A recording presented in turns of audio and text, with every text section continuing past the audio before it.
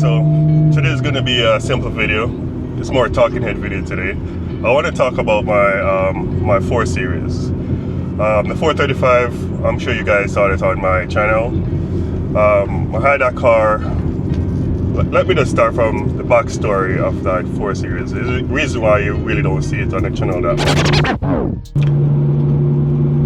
Guys, so just going to interrupt you for a minute. I just realized that my seatbelt wasn't on in the video. So don't roast me in the comments. Be kind. It's on now. So back to the video. Originally, I had a E46. I still got that car, E46 BMW, and I use that car for tracking HPD. You know, basically learning how to drive and whatnot. So now I've been doing a lot of driving with that car. I've been getting faster and faster and faster every time I go to the track with the E46. Love that car, by the way. But the problem with the E46, well, the problem with me, not the car, it's mostly me. The problem is I'm super tall, like I'm 6'8". I'm not saying that's an excuse, but I'm like 6'8", right? I got that car, the 4-point cage that I have in the car, you know, it have me like very kind of close to the steering wheel. I'm assuming once I get a full cage, then I can fix that problem. Anyhow, you know, I've been driving that car, I've been tracking that car a lot, having fun with the car, learn a lot, learn about slip angles, learn about controlling a rear-wheel drive car. OG BMW. So I end up, problem with that car is rev matching. For some reason, I suck at rev matching. And in my head, I'm like, well, I don't want to learn how to rev match, because in my head, I wanted to hurry up, go through HPD, start doing time attack or wheel to wheel.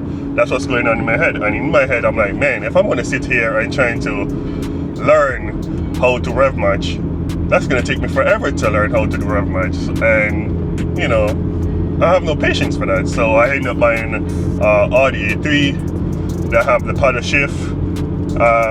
End up doing front wheel drive with that car. Well, the car came front wheel drive.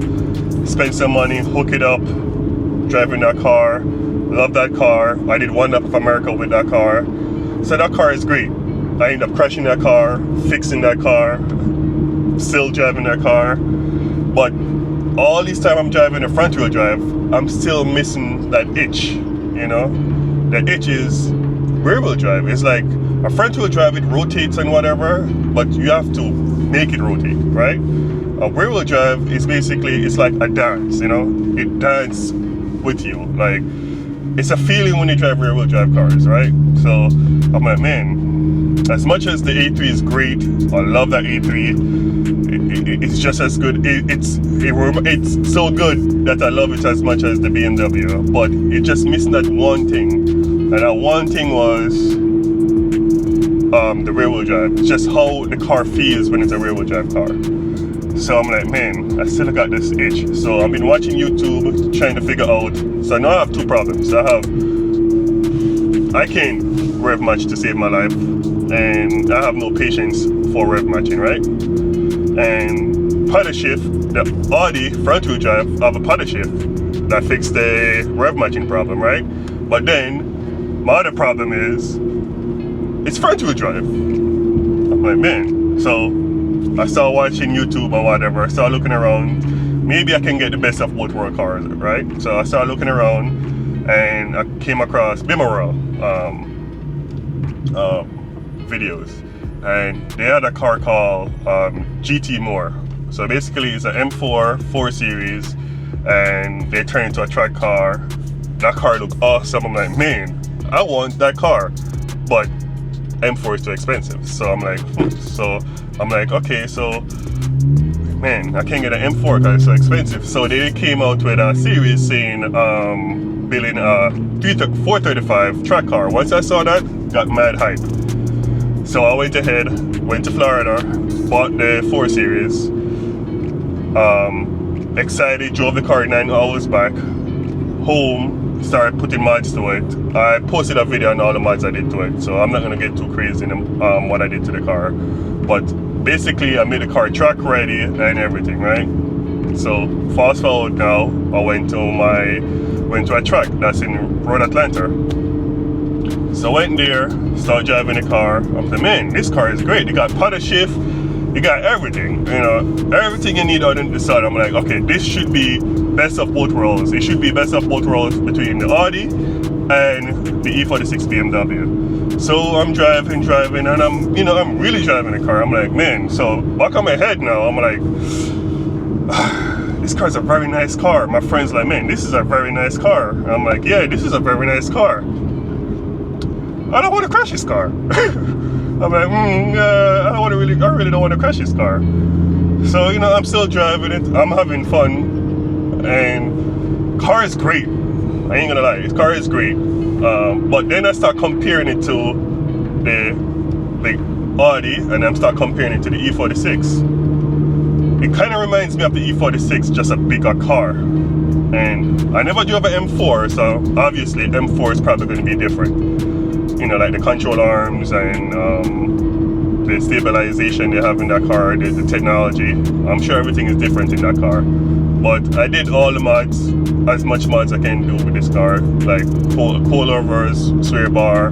I got the car balance. I got alignment. I got good tires. Got big brake pads like DT6s. So the car is good, you know. So, but my fear was, to be honest with you, is crashing the car. You know, crashing the car. I'm like, man, I'm gonna cry if I crash this car. This car is more for a street car. Like, it's perfect for street. For track, I'm not sure if my tax bracket's gonna be there if I crash this car and I have to do it all over again. So I'm like, man, this car is perfect, but I don't want to crash it. So I'm like, well, I had this. So this is where the BMW E92 comes in. So I had this E92 BMW, and he was just sitting there. My wife drives it. He just sit there, right? You know, that was like a daily for her. That's like our second car, and then she had a SUV. She bought an SUV, and then for some reason she stopped driving her car. So that car was just sitting there, right? So I'm like, man, I wonder how the E92 would work out. So I'm like, you know, I'm asking my wife, hey, so what's up with that E92? Are you driving the car? She's like, no, it's this there, you know. It's like, you know, whatever. I'm like, all right, so do you mind if I bring it to the track day one day, right? I was like, sure, why not? Again, this car be sitting for months, like months, so she doesn't drive the car. So it's like, it's just like, it was sitting for at least 6 months, not doing anything. So I went ahead, took the car. I was like, all right, so I'm gonna take off the wheels of the E46. I put it on there. And I'm gonna give it a chance. So I went ahead and bought me some BC coilovers. I put it on there. Put the BC coilovers on there, and I'm like, all right, you know, I'm gonna do the basic track, you know, basic track setup. Like you know, change the brake fluids, put stainless steel brakes lines on there. What else I did? Change the brake pads. What else I did to the car? You know, that's the basic stuff. So brought it to my first track day, and I did the few laps I did in that car. I swear I almost started crying. Yes, all this time I thought that the 4 Series was the shit. When I drove that E92, we're talking about bone stock now. First thing I did a transmission cooler. I also did a transmission cooler. Yeah, you can see the video. I'll post the video, all the stuff I put on there. And I did a stage 1 tune, I believe, just to wake up the car a bit. But the biggest thing was the oil cooler. And I also did rod bearings, and I also put an oil baffle in there. So basic, not really basic, but somewhat of a serious type setup, if you know, to go to the track. Anyway, I'm all over the place, by the way, but but I'm trying to get the story out. Anyway, I went to the track, drove the car a few laps. I'm like, oh my god, this car, it's like, this is the car I've been looking for. Like, the E92 is the sweet spot. The E92 is a car that check all the buttons, like press all the buttons. The E92, yes. So the E92, it's like the E46 on steroids. It's literally like steroids. I don't have no steer bar in the car, and the car feels like it has the steer bar. So I'm like, wow, this car is like the shit. So I'm driving, I'm like, yo, I feel like I'm driving the E46, just a lot faster, and it's automatic with paddle shift. So I'm like, and because I tuned the transmission, I tuned it with the XHP, and it has the cooler on there, the transmission drives just like the shift as good as the F series. Not as exactly as good, but good enough that you won't really pay attention to it. Unless you're doing some crazy racing and you trying to, I don't know, racing GT cars and whatever, I doubt you're gonna actually see the difference in the 6 HP transmission. I don't know why people keep saying that transmission sucks. I don't know what you guys talking about. The biggest thing about that transmission is cooling. Once you put cooling on that transmission and you change the fluids, you're good. That car is good. You put that XHP tune on there, put the cooler, that transmission will run forever. Doesn't slip, nothing. I mean, obviously, if it needs maintenance, you do maintenance.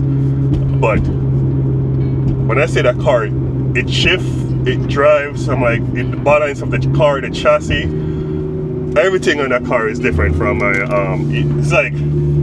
it's like an E46, the F32, and the Audi. It's all three cars merged together like Dragon Ball Z, right? And become one car. So now I'm like, man, this car is definitely gonna be my dedicated track car. Obviously the other videos, if you watch my other videos, you see that the oil temp is kind of crazy. So I don't think that car is good for, I don't think that car is really good for wheel to wheel, but it's perfect for time attack. So I think I'm gonna keep it there for now for time attack. Maybe if I can figure out the cooling to keep the oil temp a bit cooler, maybe I will do wheel to wheel. I'm still trying to figure that out. I'm still trying to talk to BMW World to help me out when it comes to getting that car keeping on the temp. Anyhow, so now that car is my definitely dedicated track car.